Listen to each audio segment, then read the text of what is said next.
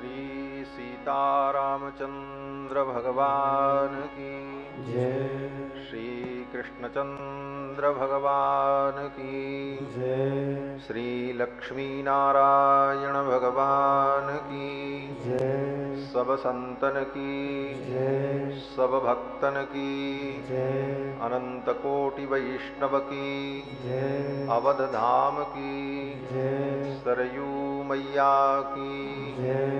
श्री विष्णु पुराण की जय। श्री पराशर जी महाराज की जय। श्री वेदव्यास भगवान की जय।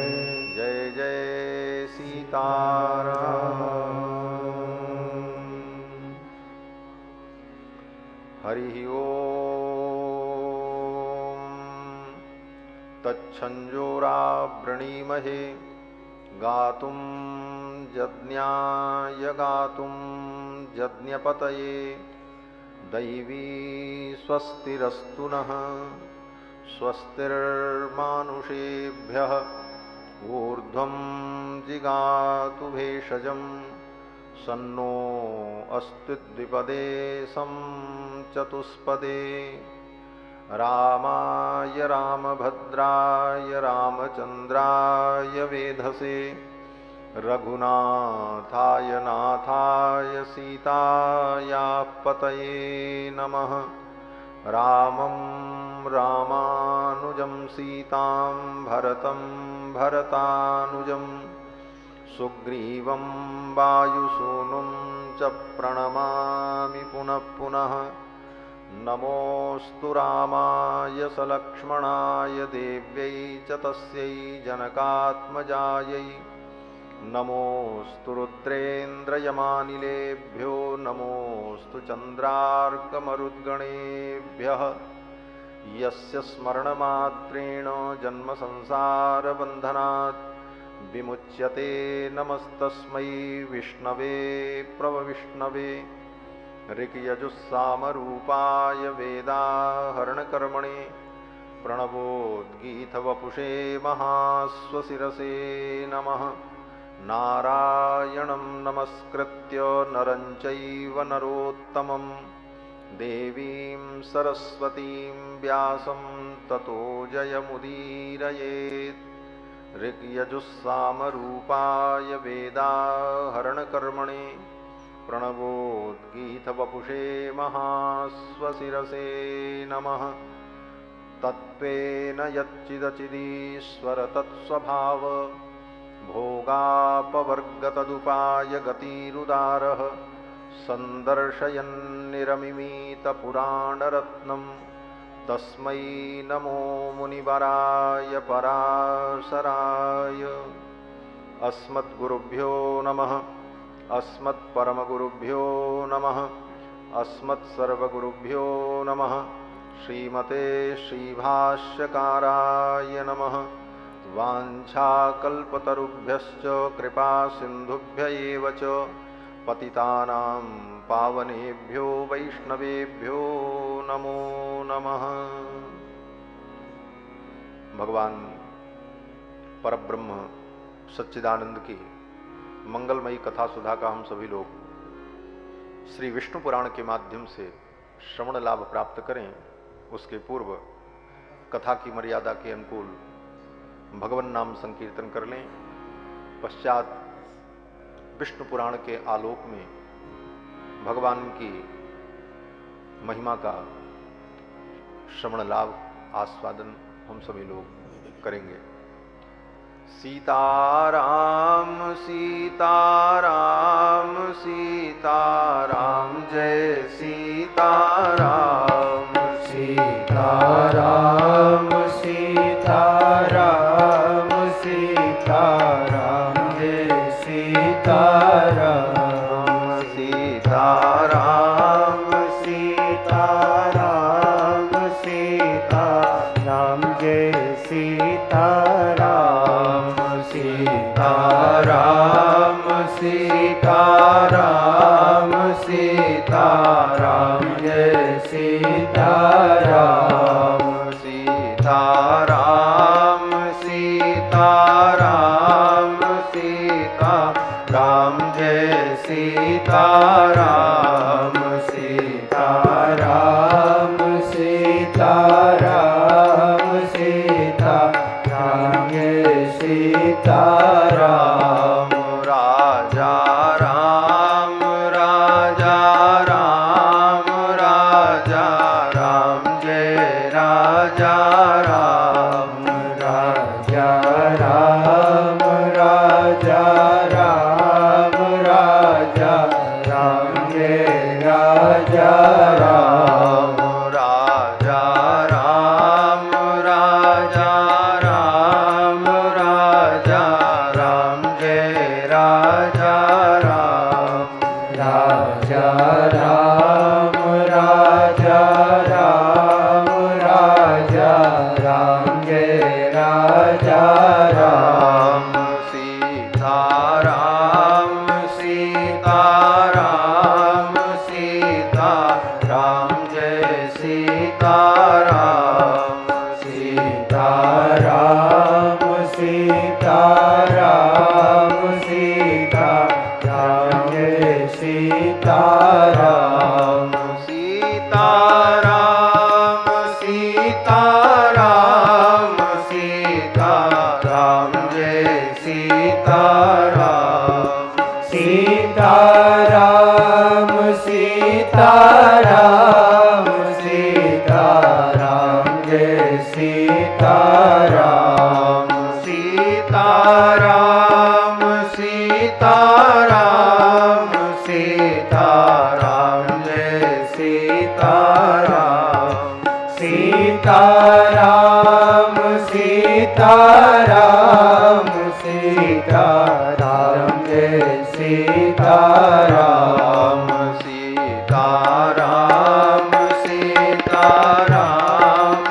सीताराम जय सीताराम सीताराम सीताराम सीताराम जय सीताराम सीताराम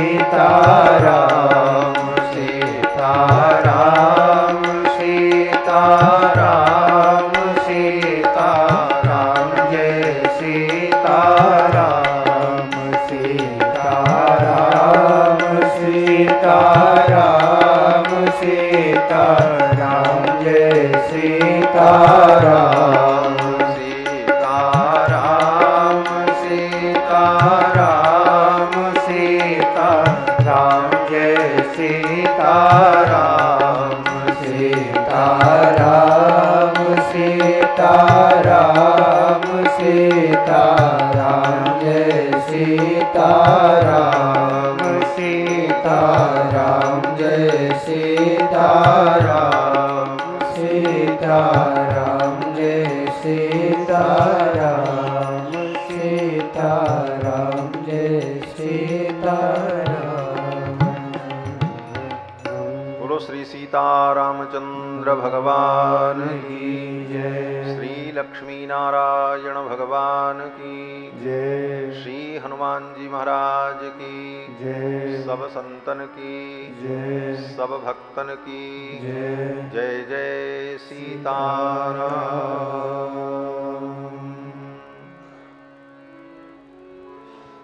परमाध्यक्ष अनंत कोटि ब्रह्मांड नायक सर्वेश्वरेश्वर भक्तवांछा कल्पतरु अयोध्यानाथ भगवान श्री सीतारामचंद्र जी, भगवान की कथा के सुरसिक श्रोता अनंत बलवंत श्री हनुमंत लाल जी महाराज, जिनकी भावमयी उपस्थिति भगवान की कथा में सर्वदा सर्वत्र विद्यमान रहती है। मंच पर विराजमान परम श्रद्धेय बड़ा स्थान के पीठाधिपति श्री विंदुगाद्याचार्य जी महाराज, जिनका उद्बोधन आप सभी लोगों ने श्रवण किया, उस पवित्र पीठ के आचार्य हैं आप, जिस पीठ के आदि आचार्य श्री स्वामी राम प्रसादाचार्य जी महाराज, जिनको साक्षात भगवती पराम्बा ने, जगत जननी जगदम्बा ने, श्री जी ने अपने कर कमल से तिलक लगा करके आचार्यत्व प्रदान किया, आचार्य पीठ का आचार्यत्व उन्हें प्रदान किया, क्योंकि श्री जी सबसे बड़ी आचार्य है। श्री जी ही हमारे संप्रदाय की आचार्य है। जनक कम करो। इसीलिए संप्रदाय का नाम श्री संप्रदाय है। और श्री जी ने ही आचार्य की पदवी आदि आचार्य को दी।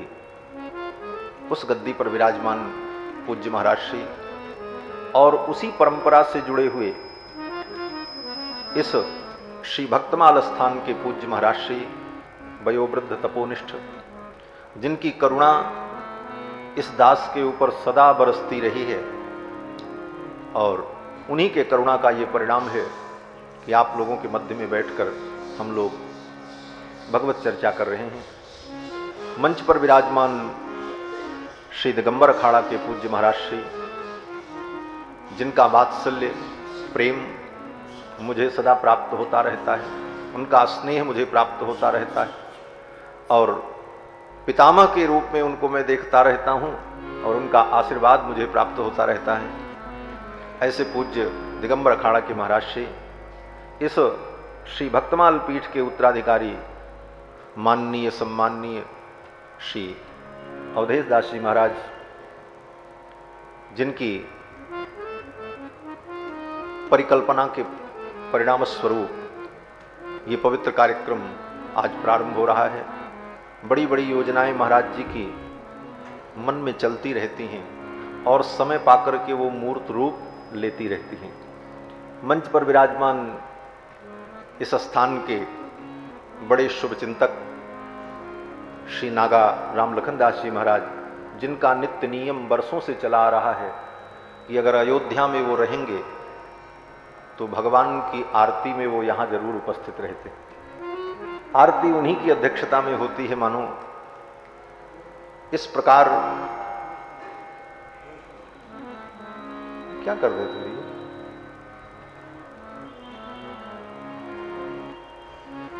ऐसे समस्त मंच पर विराजमान आचार्यगण, हमारे नागा जी श्री हरिदास जी महाराज, जिन्होंने अभी अभी बड़ा अद्भुत कार्य, साधुता का एक प्रतिमान प्रस्तुत किया। अयोध्या की सिद्धपीठ देवकाली स्थान में भगवती गौरी को दिव्य चांदी का सिंहासन समर्पित किया, जिस उत्सव में हम सभी लोग गए थे। महाराज क्या कर रहे भैया?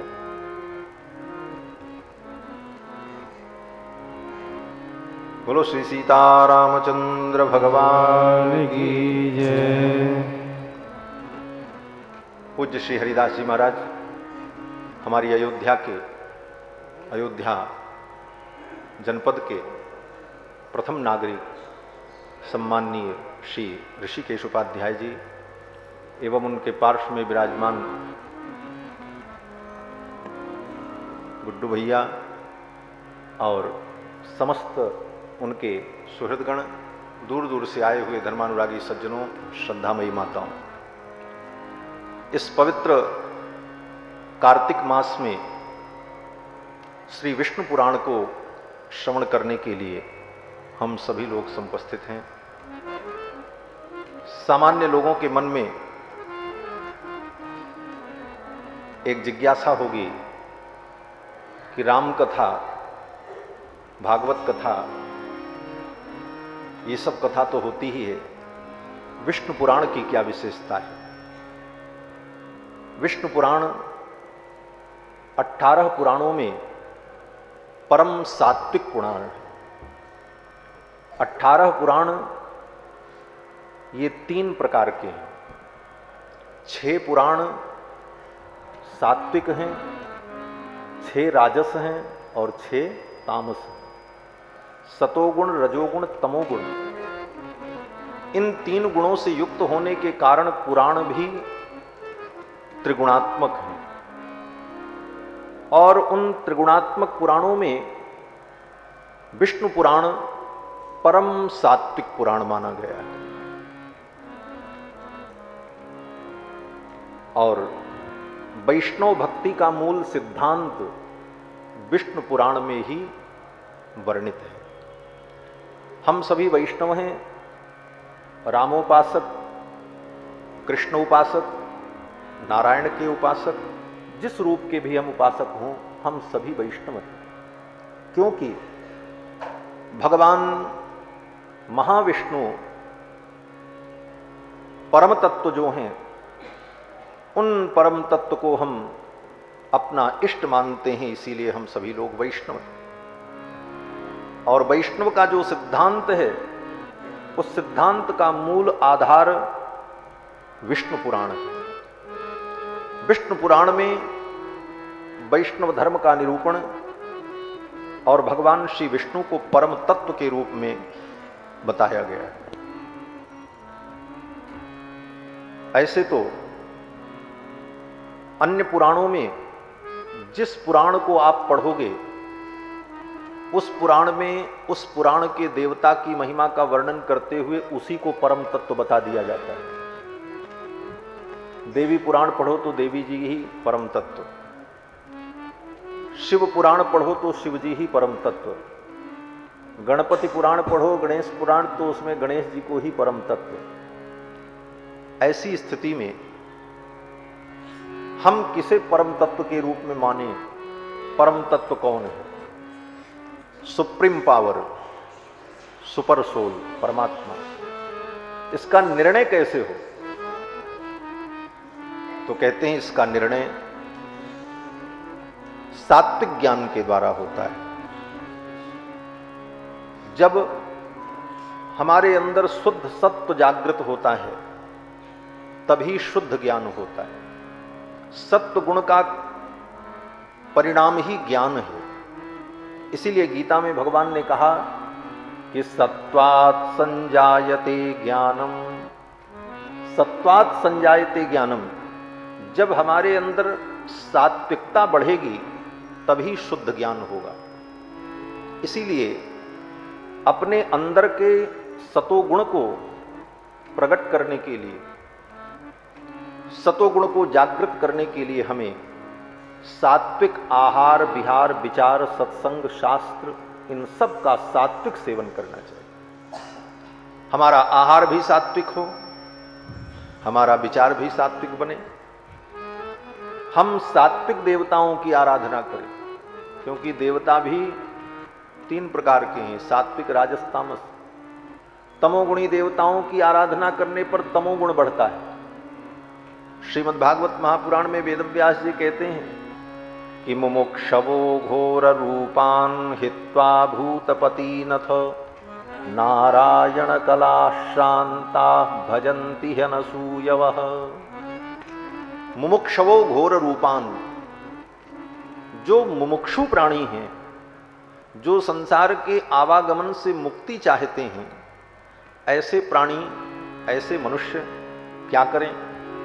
तो वेदव्यास जी कहते हैं कि हित्वा भूतपतिनथ, भूत, प्रेत, अगिया, बैताल, ये सब जो देवता हैं, इन देवताओं की आराधना को छोड़कर नारायण कला शांता, भगवान नारायण की जो कलाएं हैं, कला माने अवतार, भगवान के जो रूप हैं, राम, कृष्ण, नरसिंह, वामन इत्यादि, यही नारायण की कला है।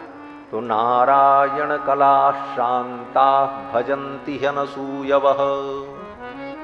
ऐसे मुमुक्षु प्राणी परम सत्वमय परमात्मा भगवान की आराधना करते हैं। तो भगवान परम सत्वमय हैं, और जब हमारे अंदर सतोगुण प्रकट होता है, तभी विशुद्ध ज्ञान होता है।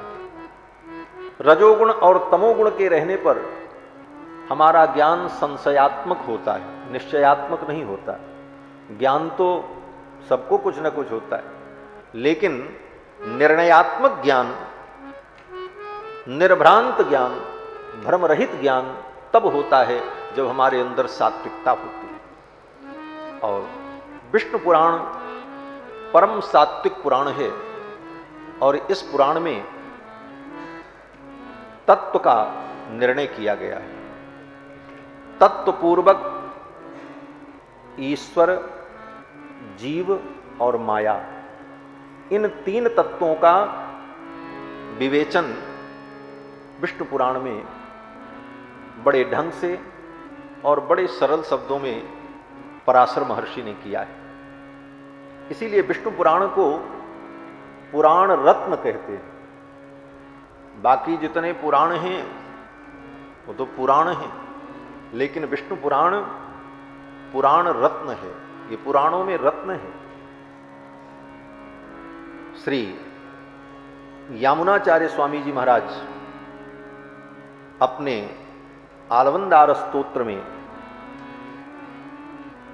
पराशर महर्षि को प्रणाम करते हुए कृतज्ञता ज्ञापित करते हैं कि मैं पराशर मुनि के चरणों में प्रणाम करता हूं, जिन्होंने तत्वपूर्वक चिद, अचिद और ईश्वर, इन तीन तत्वों का स्वरूप, इनका स्वभाव और परमात्मा की प्राप्ति के साधन, इन सारे विषयों का निरूपण जिस पुराण रत्न में किया है, ऐसे पराशर महर्षि को मैं प्रणाम करता हूं। तत्वेन यच्चिदचिदीश्वर तत्स्वभाव भोगापवर्गतदुपाय गतिरुदारः संदर्शयन्निरमिमीत पुराणरत्नं तस्मै नमो मुनिवराय पराशराय। पराशर महर्षि को हमारे पूर्वाचार्यों ने प्रणाम किया, क्योंकि विष्णु पुराण के रचयिता पराशर महर्षि हैं। ऐसे तो 18 पुराण के रचनाकार वेदव्यास जी माने जाते हैं। कहते हैं 18 पुराणेषु व्यासस्य वचनद्वयम्। 18 पुराण के रचनाकार कौन हैं? वेदव्यास जी। लेकिन उन 18 पुराणों में विष्णु पुराण एक ऐसा पुराण है जिस पुराण के रचनाकार वेदव्यास जी नहीं है। इसकी रचना वेदव्यास जी के पिता ने की है, पराशर महर्षि ने। लेकिन इसको भी वेदव्यास जी की ही रचना मान ली जाती है। जब पुराणों की गणना करते हैं तो 17 पुराण तो वेदव्यास जी की रचना है और विष्णु पुराण उनके पिता पराशर की रचना है। लेकिन इसको भी हम वेदव्यास की रचना कह देते हैं, मान लेते हैं। कारण बोले जैसे बाप की संपत्ति बेटा की संपत्ति होती है, गुरु की संपत्ति चेला की संपत्ति होती है, उसी प्रकार वेदव्यास जी के पिताजी की संपत्ति जो विष्णु पुराण है, ये वेदव्यास जी की संपत्ति है। इसलिए 17 पुराण के वो रचनाकार होते हुए भी 18 पुराण के रचनाकार स्वीकार कर लिए जाते हैं। ये भाव है। लेकिन विष्णु पुराण की रचना पराशर महर्षि ने की। ये पुराण विद्या है। 14 विद्याओं में एक विद्या का नाम पुराण विद्या है। 14 विद्या का हम नाम सुनते हैं। कहते महाराज हनुमान जी 14 विद्याओं के पंडित। तो 14 विद्या है क्या? बोले पुराणम न्याय मीमांसा धर्म शास्त्रांग मिश्रिता। पुराण, न्याय, मीमांसा और धर्मशास्त्र, जिसको स्मृति कहते हैं, 18 स्मृति, ये 4 विद्याएं, एक पुराण विद्या, एक न्याय विद्या, दूसरी मीमांसा विद्या। मीमांसा माने वेदांत। वेदांत को ही मीमांसा कहते हैं। वो 2 प्रकार का है, पूर्व मीमांसा और उत्तर मीमांसा। और चौथी विद्या धर्मशास्त्र। धर्मशास्त्र माने 18 स्मृतियां, मनुस्मृति, याज्ञवल्क्य स्मृति, पराशर स्मृति इत्यादि। तो पुराण, न्याय, मीमांसा और स्मृति, ये 4। और फिर वेद के 6 अंग, व्याकरण, ज्योतिष, कल्प, शिक्षा, निरुक्त, ये वेद के जो 6 अंग। तो पुराण, न्याय, मीमांसा, धर्मशास्त्र 4 और वेद के 6 अंग 10। और उसके बाद 4 वेद, ऋग, यजुः, साम, अथर्व। इस प्रकार 4 वेद, 6 उसके अंग और पुराण, न्याय, मीमांसा, धर्मशास्त्र, ये 4। ये 14 विद्याएं हैं। लेकिन इन 14 विद्याओं में पुराण विद्या को सबसे प्रथम गिना गया है। पुराणम न्यायमीमांसा धर्मशास्त्रांग मिश्रिताः वेदास्थानानि विद्यानां धर्मस्य च चतुर्दश। ये 14 विद्याएं हैं। इन 14 विद्याओं में पुराण नाम की एक विद्या है और ये बड़ी सनातन विद्या है। वेदव्यास जी स्वयं कहते हैं कि पुराण विद्या सनातनी, यह भी विद्या सनातन विद्या है। ऐसा नहीं है कि द्वापर युग में वेदव्यास जी और पराशर महर्षि जब पुराण बनाते हैं तब पुराण होता है, उसके पहले पुराण नहीं था। त्रेता में भी पुराण होता है, सतयुग में भी रहता है, लेकिन लिपिबद्ध नहीं रहता। वो महर्षियों के मस्तिष्क में रहता, उनके ज्ञान में रहता। और जिस प्रकार चारों वेद अनादि हैं, उसी प्रकार पुराण भी अनादि है। और वेदों का जो विषय है, वेदों में जो तत्व का निर्णय है, उसी वेदों के विषय को पुराणों में सरल शब्दों में कथाओं के माध्यम से प्रस्तुत किया गया है। वेद के द्वारा जिन तत्वों को हम नहीं समझ पाते, पुराण के द्वारा, कथाओं के द्वारा सुन करके उसको हम सरलता से और सुगमता से समझ लेते हैं। और ये विद्या सबके लिए लाभकारिणी होती है। वेद विद्या सबके लिए नहीं है। वेद केवल पुरुष पढ़ सकता है, स्त्रियां नहीं पढ़ सकती। वेद वही पढ़ सकता है जो संध्या वंदन करता, उसके सब नियम है। तो ऐसी स्थिति में सबको धर्म का, शास्त्र का ज्ञान हो, इसका उपाय क्या? तो भगवान पुराण विद्या को प्रकट करते हैं। वेदों के ही तत्व को पुराण में वर्णित किया गया और पुराण के माध्यम से सरल शब्दों में स्त्रियों को और वृद्धों को, बालकों को, ज्ञानी विज्ञानी को, सबको तत्वबोध प्राप्त हो जाता है। तो पुराण विद्या बड़ी सरल विद्या है। पुराण के श्रवण से व्यक्ति को मुक्ति की प्राप्ति होती। कथा है कि ब्रह्मा जी अपने 4 मुख से 4 वेद का पाठ करते हैं और उनका एक 5वां मुख भी था। ये 4 मुख के ब्रह्मा जी तो बाद में हुए हैं, पहले उनके 5 मुख थे और 5वें मुख से वो पुराण विद्या का पाठ करते थे। 4 मुख से चारों वेद और एक मुख जो 5वां मुख था उससे पुराण विद्या। उसका परिणाम बोले पुराण विद्या को सुनकर के, पुराण की कथाओं को सुनकर के सरलता से, सुगमता से लोग धर्म के तत्व को समझ लेते और धर्म के पथ पर चल करके मुक्ति को प्राप्त होने लगे। पुराण विद्या को सुन सुन करके लोग मुक्त होने लगे। अब सारी सृष्टि मुक्त हो जाए तो ये भगवान की लीला कैसे चलेगी? ये तो लोकवत्तु लीला कैवल्यम, वेदांत में वेदव्यास जी कहते हैं ये तो भगवान की लीला है। सब मुक्त होकर के चले ही जाएं तो लीला कैसे चलेगी? तो किसी देवता ने जाकर के भगवान शंकर से कहा कि भोलेनाथ आप विश्वनाथ हो। भगवान शंकर ने कहा, बोले तो अब कुछ दिन ही आप विश्वनाथ रहोगे, इसके बाद आप विश्वनाथ नहीं रहोगे। बोले क्यों? बोले जब विश्व ही नहीं रहेगा तो किस बात के आप विश्वनाथ रहोगे? बोले क्या हो जाएगा? बोले सारा विश्व मुक्त हो रहा है।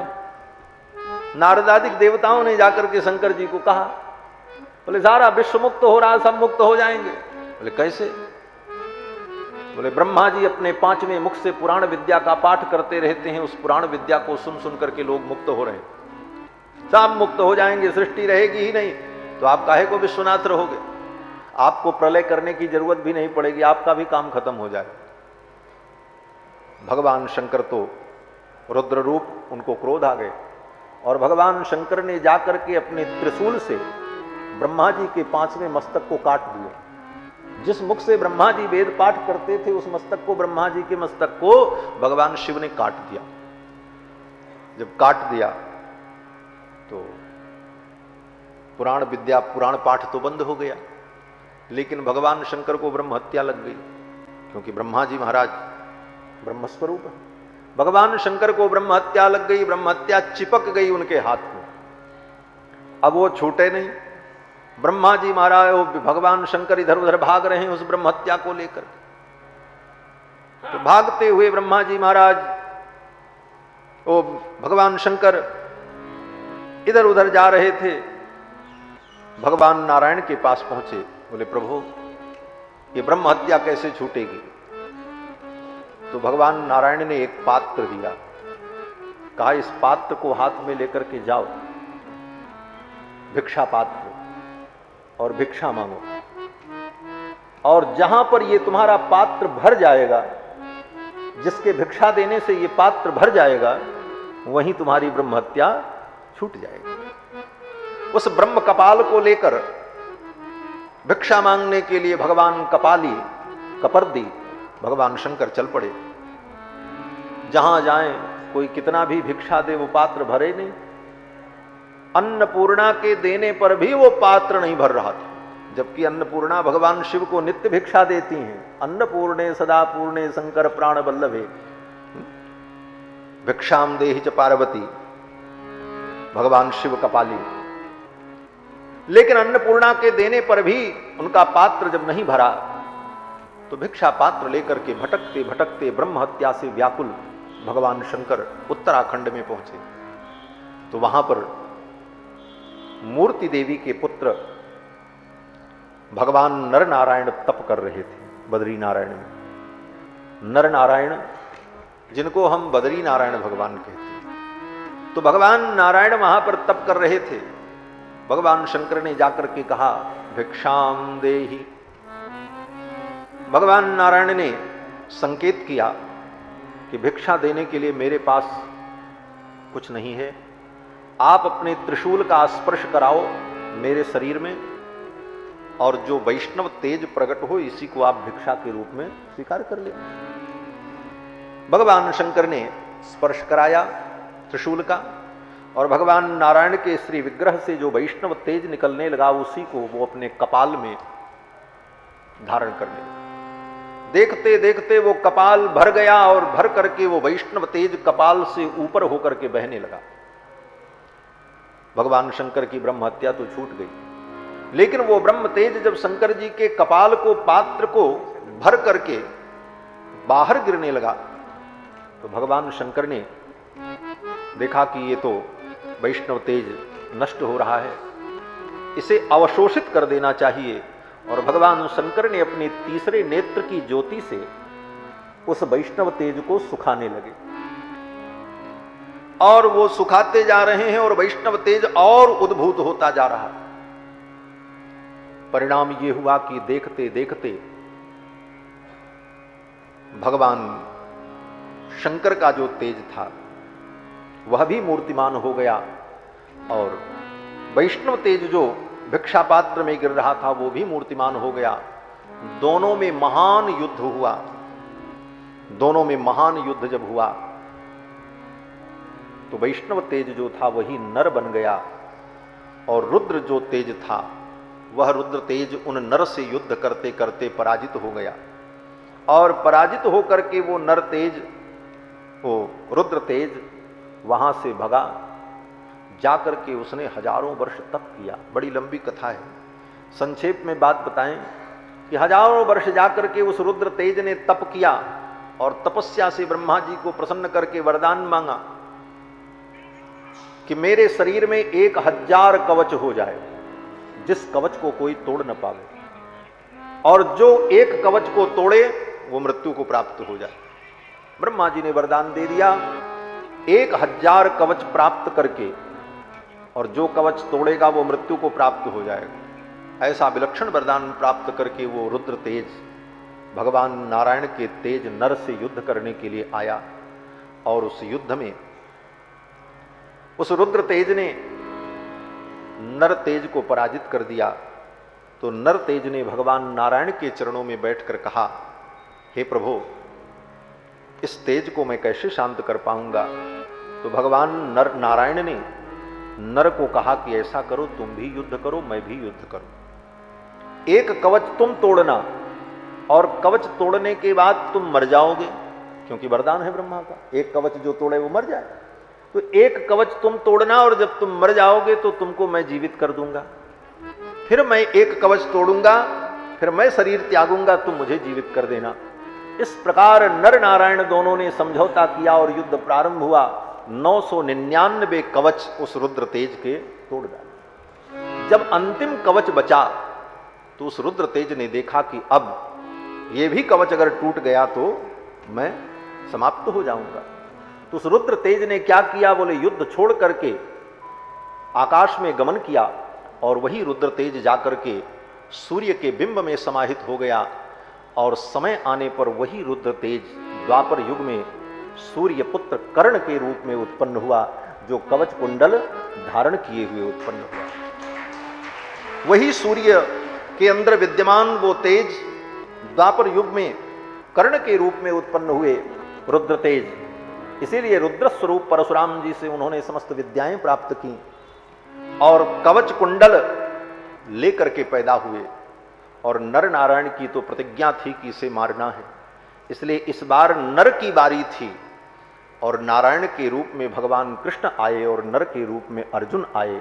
कृष्ण और अर्जुन ने दोनों ने मिलकर के द्वापर युग में उस तेज को पराजित किया। तो ये कथा है पुराण में कि ब्रह्मा जी महाराज अपने 5वें मुख से पुराण विद्या का पाठ करते थे। उस विद्या को सुन करके सभी प्राणी मुक्त हो जाते। ऐसी विद्या पुराण विद्या, पुराणम न्याय मीमांसा धर्मशास्त्रांग मिश्रिता वेदास्थानानि विद्यानाम धर्मस्य चतुर्दश। ये 14 विद्याएं, इन विद्याओं में पुराण विद्या बड़ी प्रामाणिक विद्या और अनादि विद्या है। हमारे पूर्वाचार्यों ने, श्री वैष्णवाचार्यों ने कहा है कि जो वेद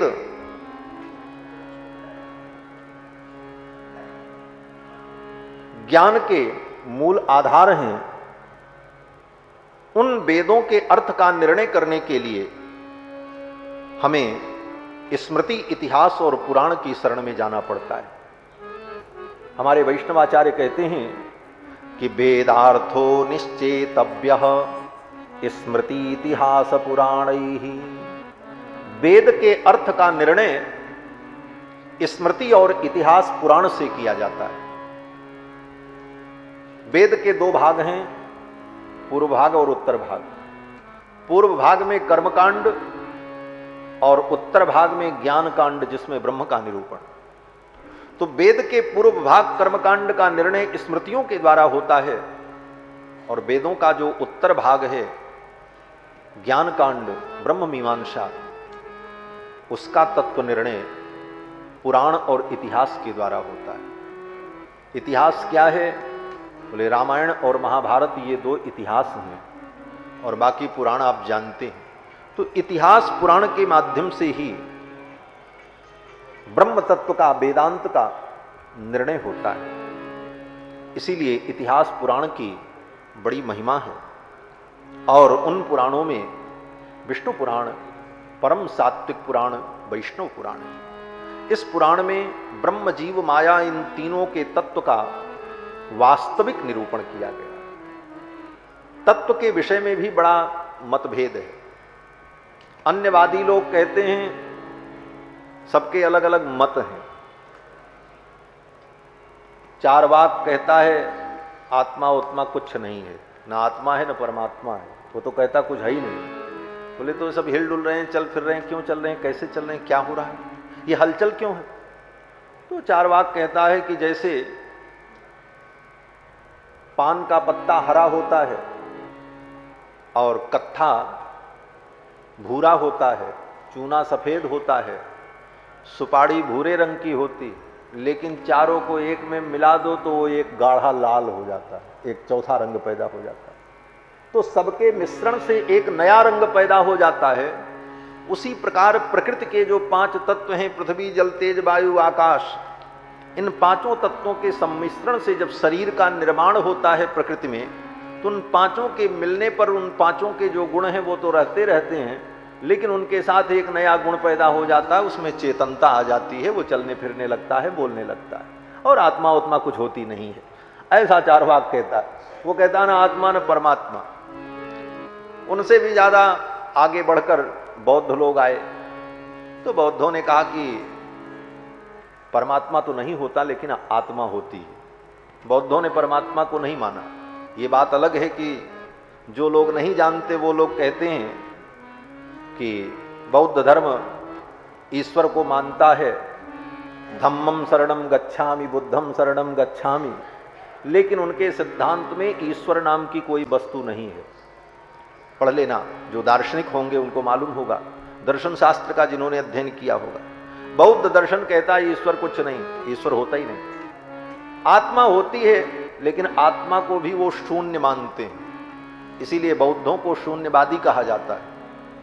वो शून्यवादी इसलिए हैं कि हम लोग जिसको मोक्ष मानते हैं कि संसार के बंधन से मुक्त होकर हम भगवान के चरणों में पहुंच जाएं, ये मुक्ति है। बौद्ध कहते हैं मुक्ति माने शून्य। आत्मा ज्ञान रूप है और ये ज्ञान जब तक संसार में बना रहेगा तब तक आत्मा को बंधन है, ये ज्ञान समाप्त हो जाए, शून्य हो जाए। तो ज्ञान की समाप्ति, आत्मा का शून्य हो जाना, इसी को बौद्धों ने मुक्ति माना। तो उनके यहां तो एक प्रकार से आत्मा का भी विनाश हो जाता है। बचे जैनी लोग, बोले जैनियों के यहां तो आज तक निर्णय ही नहीं हो पाया कि ईश्वर है कि नहीं है। उनका सिद्धांत ही है स्यादवाद। स्यादवाद माने सप्तभंगी न्याय।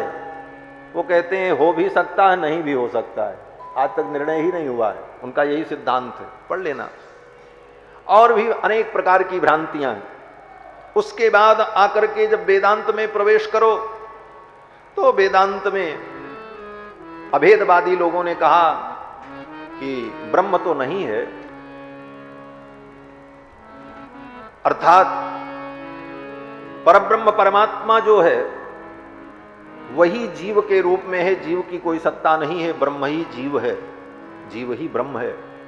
जिस प्रकार से सूर्य एक है लेकिन अलग अलग घड़े रखे हैं और उन अलग अलग घड़ों में पानी रख दिया जाए तो सब में सूर्य दिखाई पड़ेगा।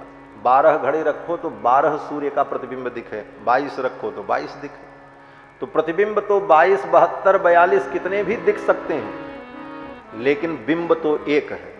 प्रतिबिंब 42 लाख 42 करोड़ भी हो सकते हैं, जितने पात्र रखो उतने हो जाएंगे। तो अभेदवादी कहते हैं कि ब्रह्म तो एक है, लेकिन ये शरीर रूपी घट में अलग अलग उस ब्रह्म का जो प्रतिबिंब पड़ रहा है वही जीव है। हर शरीर में अलग अलग घट में उस ब्रह्म का जो प्रतिबिंब है वही जीव है। घड़ा फूट जाए तो प्रतिबिंब तो कहीं कुछ है ही नहीं, पानी बह गया, घड़ा टूट गया, प्रतिबिंब तो था ही नहीं, वास्तव में बिंब ही था, वो तो छाया थी। उसी प्रकार ज्ञान हो जाने पर जब अविद्या की निवृत्ति हो जाए तो जीव तो ब्रह्म ही है, ब्रह्म से अलग नहीं है, ऐसा कहा। बड़ी बड़ी बातें हैं, लेकिन हमारे वैष्णवाचार्य क्या कहते हैं? हमारे वैष्णवाचार्य कहते हैं कि अगर कोई कहे कि ब्रह्म नहीं है, परमात्मा नहीं है, बोले ये भी गलत है। दूसरे जो कह रहे हैं कि ब्रह्म तो है लेकिन ब्रह्म जीव में कोई अंतर नहीं है, तो हमारे वैष्णवाचार्य कहते हैं ये भी गलत है। माया को कहते हैं अविद्या है लेकिन वो अनिर्वचनीय है, उसके विषय में कुछ कहा नहीं जा सकता। तो वैष्णवाचार्य कहते हैं माया जो है वो भगवान की अचिंत्य शक्ति है। और हमारे वैष्णवाचार्य कहते हैं 3 तत्व हैं, एक तत्व तो परमात्मा है, दूसरा तत्व बोले जीव है, और तीसरा तत्व माया है। ब्रह्म जीव माया ये 3 तत्व हैं और तीनों नित्य हैं। भगवान भी नित्य और अनादि हैं, जीव भी नित्य और अनादि है, और भगवान की माया भी नित्य और अनादि है। तो ब्रह्म जीव माया इन 3 तत्वों को हम स्वीकार करते हैं। तत्वत्रय का सिद्धांत यही हम वैष्णवों का सिद्धांत है। हम 3 तत्व को मानते हैं, ब्रह्म जीव माया, और इन 3 तत्वों में जो ब्रह्म तत्व है उसी का विशेषण जीव और माया है। ब्रह्म तत्व का ही विशेषण बनकर के जीव और माया रहते हैं, और जीव माया ब्रह्म ये तीनों मिलकर के 3 तत्व हैं, इसी को तत्वत्रय कहते हैं। यही वैष्णव का सिद्धांत है। उसी तत्वत्रय का प्रतीक हमारे यहां त्रिक के रूप में अनुभव किया जाता है। इसलिए हमारे यहां मंत्र भी 3 होते हैं, मूल मंत्र, द्वय मंत्र और चरम मंत्र। वैष्णव दीक्षा होती है तो मूल मंत्र देते हैं, राम मंत्र, षडक्षर मंत्र, नारायण मंत्र। फिर चरम मंत्र द्वय मंत्र देते हैं, श्रीमन्नारायण चरणौ शरणं प्रपद्ये श्रीमते नारायणाय नमः। और रामोपासना में श्री रामचंद्र चरणौ शरणं प्रपद्ये श्रीमते रामचंद्राय नमः, द्वय मंत्र। और फिर तीसरा मंत्र चरम मंत्र। चरम मंत्र सकृदेव प्रपन्नाय तवास्मीति च याचते अभयम सर्वभूतेभ्यो ददाम्ये तत् व्रतम मम। ये चरम मंत्र। तो मूल मंत्र, द्वय मंत्र, चरम मंत्र, मंत्रत्रय। इसके बाद बोले तत्वत्रय, ब्रह्म जीव माया तीन तत्व। और इसीलिए हमारे आचार्य जो दंड धारण करते हैं वो भी तीन होता है, त्रिदंड धारण करते हैं, क्योंकि ब्रह्म जीव माया तीनों का प्रतीक है। तो तत्वत्रय का सिद्धांत हमारे यहां है। और इन तीनों तत्वों को ठीक ठीक समझना हो, ब्रह्म जीव माया, इन तीनों का स्वभाव, और जीव भगवान को, ब्रह्म को कैसे प्राप्त करे, बोले इन सब का तात्विक निर्णय, वास्तविक निर्णय अगर कहीं किया गया है तो विष्णु पुराण में किया गया है। तत्वेन यच्चिदचिदीश्वर तत्स्वभाव। तत्व पूर्वक चिद अचिद ईश्वर, चिद माने जीव, अचिद माने माया, और ईश्वर माने भगवान। तत्वेन यच्चिदचिदीश्वर तत्स्वभाव, और इन तीनों का स्वभाव। और भोगापवर्ग तदुपाय गतिरुदारः। भोग क्या है और अपवर्ग क्या है, मुक्ति क्या है, इसका भी वास्तविक निर्णय विष्णु पुराण में है। मुक्ति के विषय में भी लोगों के भिन्न भिन्न मत हैं। कोई कहते हैं आत्मा का नाश हो जाना यही मुक्ति है, जो बौद्धों का शून्यवाद है। और कुछ कहते हैं कि बिंदु का सिंधु में मिल जाना मुक्ति है। बोले ये भी तो विनाश ही है। एक बूंद ले जाकर के समुद्र में गिरा दो, परिणाम क्या होगा? बोले अब वो बिंदु का पता नहीं कि वो कहां गया, उसका अस्तित्व खत्म है समुद्र में, लेकिन अब उसको दुनिया की कोई ताकत उस बूंद को नहीं ढूंढ सकती। एक बूंद आप ले जाकर के समुद्र में पानी गिरा दो, और वो एक बूंद समुद्र में जब गिर जाए तो अब उस बूंद को कोई कहे निकालो, बोले महाराज हम तुरंत निकालेंगे एक बूंद। बोले वो बूंद नहीं होगी, वो कहां गई उसका पता ही नहीं है। अब वो समुद्र के कण कण में व्याप्त हो गई, उसको दुनिया की कोई ताकत उस बूंद को बाहर नहीं निकाल सकती। उसी प्रकार जो लोग कहते हैं कि बिंदु का सिंधु में लय हो जाना, उसी प्रकार आत्मा का ब्रह्म में लय हो जाना मुक्ति है। बोले ऐसी मुक्ति की कौन कामना करेगा जो अपना अस्तित्व ही खो दे। हम जाएं और पता ही नहीं चले कहां चले गए। इसीलिए हमारे वैष्णवाचार्यों ने कहा कि हमारे यहां मुक्ति लयात्मक नहीं है। बोले तब, बोले हमारी यहां मुक्ति जो है वो तो भगवान के चरणों का कैंकर्य है। जीवात्मा माया से मुक्त होकर भगवान के परम धाम साकेत लोक में, वैकुंठ में, गोलोक में जाकर सदा सदा के लिए भगवान का किंकर बन के भगवान का कैंकर्य करता रहता है, और भगवान के कैंकर्य में परम सुख की प्राप्ति होती है, वही मुक्ति है। ये हमारे वैष्णवाचार्य कहते हैं। कैंकर्य लक्षण विलक्षण मोक्ष भाजो रामानुजो विजयते यति राज। भगवान के कैंकर्य में हमें रुचि उत्पन्न हो जाए। इसीलिए हमारे पूर्व आचार्यों ने, वैष्णवाचार्यों ने कैंकर्य को प्रधानता दी थी। खूब कैंकर्य करो भगवान की। साधु लोग इसीलिए बनते थे कि भगवान का कैंकर्य करें, भगवान की सेवा करें। आज ये स्थिति है महाराज कि किसी साधु को कह दो महाराज भगवान की सेवा करो, झाड़ू लगाओ, पारखत मलो, तो बोरिया बिस्तर बांध करके दूसरे दिन चल देगा। बोले महाराज रखो अपना स्थान, हम तो चले, स्थान की कमी नहीं। आज कैंकर्य की वो निष्ठा नहीं रही महाराज। नहीं तो पहले महात्मा लोग, संत वैष्णव बिना भगवान का कैंकर्य किए, भगवान की सेवा किए प्रसाद नहीं लेते थे महाराज। भगवान की सेवा किया बिना प्रसाद लेने का क्या अधिकार है? महात्मा लोग, स्थान के अधिपति, स्थानाधिपति लोग किसी साधु पे नाराज हो जाएं, उससे कोई अपराध हो जाए तो उसको ये नहीं कहते थे तुम भोजन मत करो, स्थान से चले जाओ। ऐसा तो कहा ही नहीं जाता महाराज वैष्णव के यहाँ। बोले तब, बोले उसका जो कैंकर्य होता था वो उससे ले लिया जाता था। बोले अब तुम ये काम नहीं करोगे, दूसरे सेवा करो। तो महात्मा समझ जाते थे मेरी सेवा छूट गई तो अब मुझे यहां रहने का अधिकार नहीं। अर्थात भगवान का कैंकर्य किए बिना वैष्णव को नहीं रहना चाहिए। तो भगवान का कैंकर्य ही मोक्ष है। और यहां पर जो हम भगवान का कैंकर्य करते हैं भगवान की पूजा, सेवा, आरती, भोग, राग, फूल, तुलसी समर्पण, ये कैंकर्य का अभ्यास करते हैं। क्यों? बोले यहां हम भगवान का ज्यादा कैंकर्य नहीं कर पाएंगे। क्यों? बोले समय कम है, 60-70 साल में तो मर ही जाना है, कब तक करेंगे? और मरने के 10 साल पहले से असक्त हो जाएंगे, शरीर भी काम करना बंद कर देगा।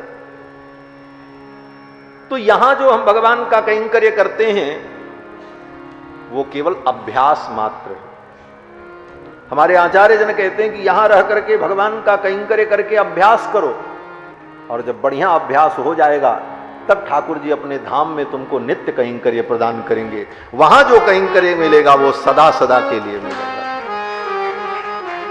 इसीलिए हमारे आचार्य कहते हैं कि सकृत सेवया नित्य सेवा फलत्वम प्रयच्छ प्रयच्छ प्रभो वेंकटेश। भगवान की सन्निधि में जब दर्शन करने जाते हैं तो प्रार्थना करते हैं कि सकृत सेवया नित्य सेवा फलत्वम। हम आपकी जो एक बार सेवा कर रहे हैं, आज जो आपकी हम सेवा कर रहे हैं, इसका फल हम ये चाहते हैं कि नित्य सेवा फलत्वम, आपकी नित्य सेवा, सदा की सेवा प्राप्त हो जाए। तो भगवान की सेवा, भगवान का कैंकर्य प्राप्त हो, यही हमारे वैष्णव सिद्धांत में मुक्ति, अपवर्ग है। तो तत्वपूर्वक मुक्ति क्या है, अपवर्ग क्या है, मोक्ष क्या है, इसको समझने के लिए विष्णु पुराण परम प्रामाणिक पुराण, आर्ष पुराण है। और बंधुओं, इस पुराण में सर्वप्रथम श्री सूत जी महाराज ने पराशर मुनि से प्रश्न किया है। देखो, हर पुराणों में, चाहे श्रीमद् भागवत महापुराण हो, चाहे अन्य पुराण हो, उन पुराणों में 88,000 शौनकादि मुनि सूत जी से प्रश्न करते हैं और तब सूत जी पुराण का वर्णन करते हैं। और विष्णु पुराण में बोले सूत जी पराशर महर्षि से प्रश्न करते हैं। श्री सूत जी महाराज ने वर्णन किया कि ओम पराशरम मुनिवरम कृत पौर्वाण्यक क्रियम मैत्रेय परिपप्रच्छ प्रणिपत्याभिवाद्य च। श्री सूत जी महाराज वर्णन करते हैं कि एक दिन पराशर मुनि संध्या वंदन करके बैठे हुए थे, नित्य कर्म से निवृत्त हुए, तो उनके परम शिष्य श्री मैत्रेय जी महाराज ने पराशर महर्षि से प्रश्न किया। मैत्रेय जी महाराज ने पराशर महर्षि से कहा कि हे मुनिवर, परम तत्व क्या है, इस जगत की उत्पत्ति किसके द्वारा हुई, परम तत्व का निर्णय कैसे किया जाए, इसका आप हमें उपदेश करो। अनेक प्रकार के उपनिषद आपने सुनाए, वेदों की शाखाओं का आपने वर्णन किया, धर्मशास्त्र का आपने वर्णन किया, अब आप कृपा करके हमें परम तत्व का निर्णय सुनाओ। तो पराशर महर्षि बड़े प्रसन्न हुए और पराशर महर्षि ने कहा कि साधु मैत्रेय धर्मज्ञ स्मारितोस्मि पुरातन पितुः पिता मे भगवान वसिष्ठो यदुवाच। पराशर महर्षि ने कहा, हे मैत्रेय, तुमने मुझे बहुत अच्छा याद दिलाया, मुझे अपने पितामह की वो बात याद आ गई। बोले कौन सी बात? बोले पराशर महर्षि के पितामह श्री वशिष्ठ जी महाराज हैं। वशिष्ठ के पुत्र शक्ति और शक्ति के पुत्र पराशर। तो पराशर जी के पितामह श्री वशिष्ठ जी महाराज हैं। पराशर जी कहते हैं कि हे मैत्रेय, तुमने बहुत सुंदर स्मरण दिलाया और मुझे अपने पितामह की वो बात याद आ गई। क्या बात? पराशर जी कहते हैं कि जब मेरे पितामह की विश्वामित्र जी से अनबन थी और विश्वामित्र जी महाराज वशिष्ठ जी को मार देना चाहते थे, वशिष्ठ जी को मार देने के लिए विश्वामित्र जी ने अनेक उपाय किए, लेकिन वशिष्ठ जी का तो कुछ नहीं बिगाड़ पाए। वशिष्ठ जी के पुत्र शक्ति को, जो पराशर जी के पिता थे, उनको विश्वामित्र जी ने मार डाला। कैसे मारा? बोले अपने तपोबल से यज्ञ के द्वारा एक राक्षस को उत्पन्न किया और उस राक्षस से कहा कि इस वशिष्ठ के पुत्र को तुम खा जाओ।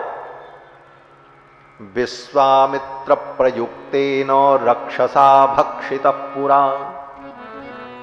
पराशर जी कहते हैं कि मैत्रेय, मेरे पिता को उस राक्षस ने खा लिया।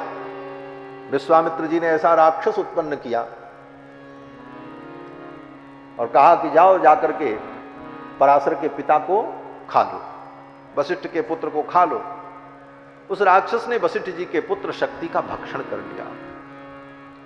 ये बात जब पराशर जी को पता चली कि मेरे पिता को राक्षस ने खा लिया और उस राक्षस को विश्वामित्र जी ने उत्पन्न किया था और प्रेरित किया था, तो विश्वामित्र जी को तो कुछ नहीं कहा, लेकिन पराशर महर्षि ने विचार किया कि अब दुनिया के सभी राक्षसों को मैं समाप्त कर दूंगा और राक्षस सत्र का आयोजन किया पराशर महर्षि ने। जैसे जनमेजय ने अपने पिता के शत्रु सर्पों का विनाश करने के लिए सर्प सत्र किया, उसी प्रकार से पराशर महर्षि ने अपने पिता के शत्रु राक्षसों का विनाश करने के लिए राक्षस सत्र किया है।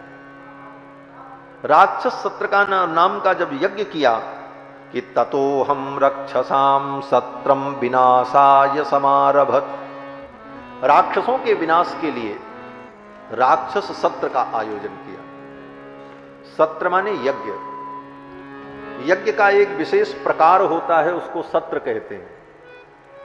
सत्र का मतलब जो कई वर्षों तक चलता है, इसीलिए हजार हजार वर्ष के सत्र होते थे महाराज। और वेदों में वर्णन है, गौओं ने सत्र किया, सर्पों ने सत्र किया, देवताओं ने हजारों हजारों वर्ष तक का सत्र किया। नैमिषारण्य में सौनकादि मुनियों ने हजारों वर्ष के सत्र यज्ञ का आयोजन किया। तो जो यज्ञ अनेक वर्षों तक चलता रहता है उसको सत्र यज्ञ कहते हैं। तो राक्षसों के विनाश के लिए पराशर महर्षि ने राक्षस सत्र का आयोजन किया और उस राक्षस सत्र के कारण अनेकानेक राक्षस आए और वो सब उसी कुंड में गिर गिर करके जल करके भस्म हो गए। अब महाराज राक्षसों के जो पुरखा थे पुलस्त महर्षि, क्योंकि पुलस्त के वंश में ही तो रावण भी पैदा हुआ, उत्तम कुल पुलस्त कर नाती शिव बिरंच पूज्यो बहुभांति। तो पुलस्त के वंश में ही राक्षस उत्पन्न हुए। तो कुछ भी हो, राक्षसों के पुरखा पुलस्त महर्षि हैं। तो पुलस्त महर्षि को बड़ा दुख हुआ कि मेरे वंशजों को ये नष्ट कर देगा यज्ञ के द्वारा। पुलस्त महर्षि बड़े दुखी हुए और पुलस्त के दुख को देख करके वशिष्ठ जी महाराज आए और वशिष्ठ जी ने आकर के पराशर को समझाया। ये पुलस्त और वशिष्ठ ये सब भाई ही तो हैं, ब्रह्मा जी के सब पुत्र हैं, पुलस्त पुलह क्रतु अंगिरा वशिष्ठ।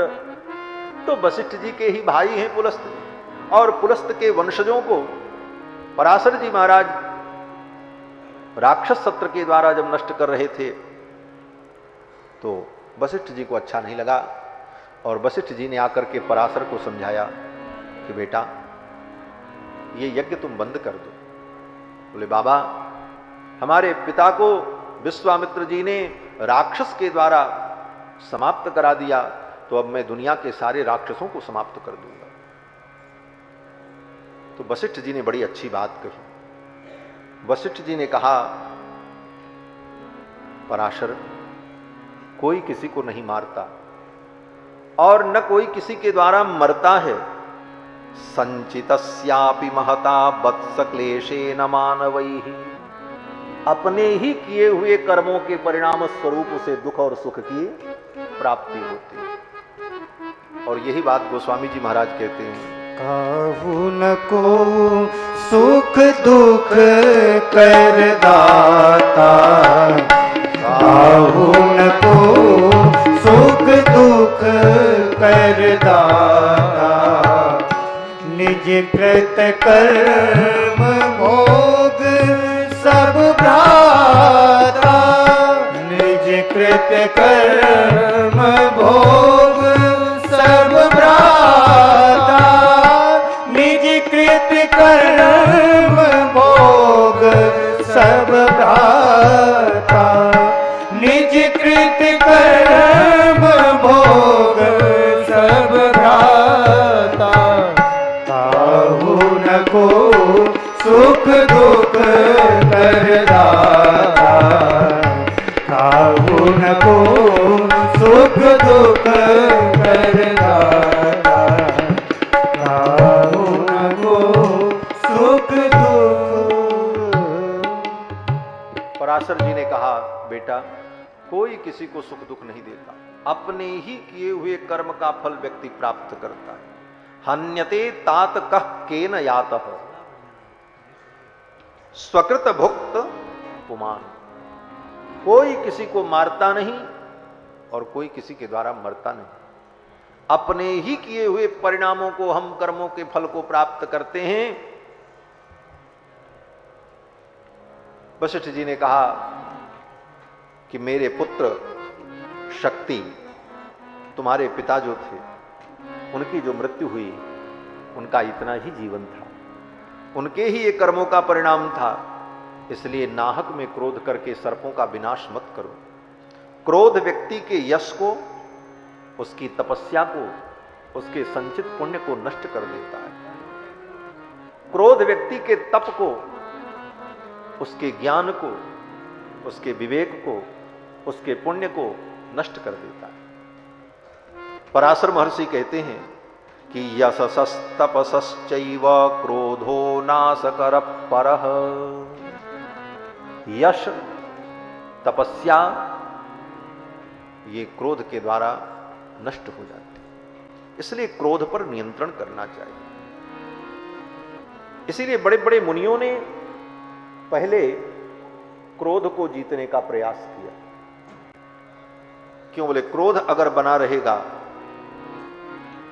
तो न हम स्वर्ग को प्राप्त कर पाएंगे न अपवर्ग को प्राप्त कर पाएंगे। स्वर्गापवर्गभ्यासेध कारणम परमर्षयः, वर्जयन्ति सदा क्रोधम तातमा तद्वशो भव। वशिष्ठ जी ने कहा, हे पुत्र, क्रोध करने पर स्वर्ग अपवर्ग और परलोक ये सब नष्ट हो जाता है, क्योंकि पुण्य क्षय हो जाता है, यश का नाश हो जाता है।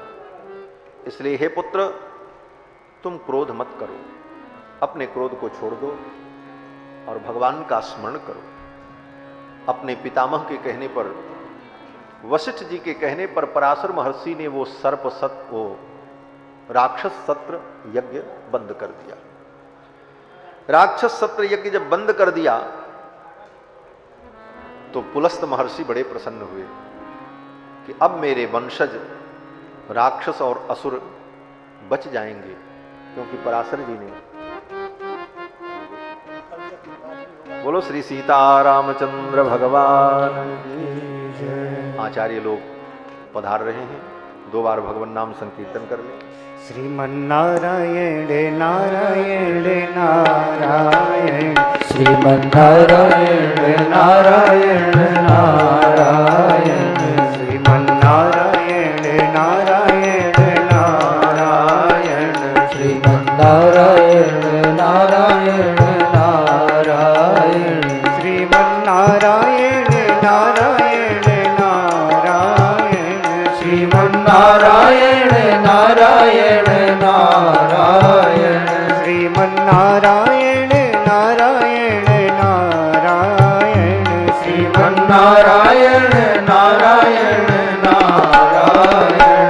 भजमन नारायण नारायण नारायण भजमन नारायण नारायण नारायण श्रीमन नारायण नारायण नारायण श्रीमन नारायण नारायण नारायण श्रीमन नारायण नारायण नारायण श्रीमन नारायण नारायण नारायण श्रीमन नारायण नारायण नारायण श्रीमन नारायण नारायण नारायण भजमन नारायण नारायण नारायण भजमन नारायण नारायण नारायण श्रीमन नारायण नारायण नारायण श्रीमन नारायण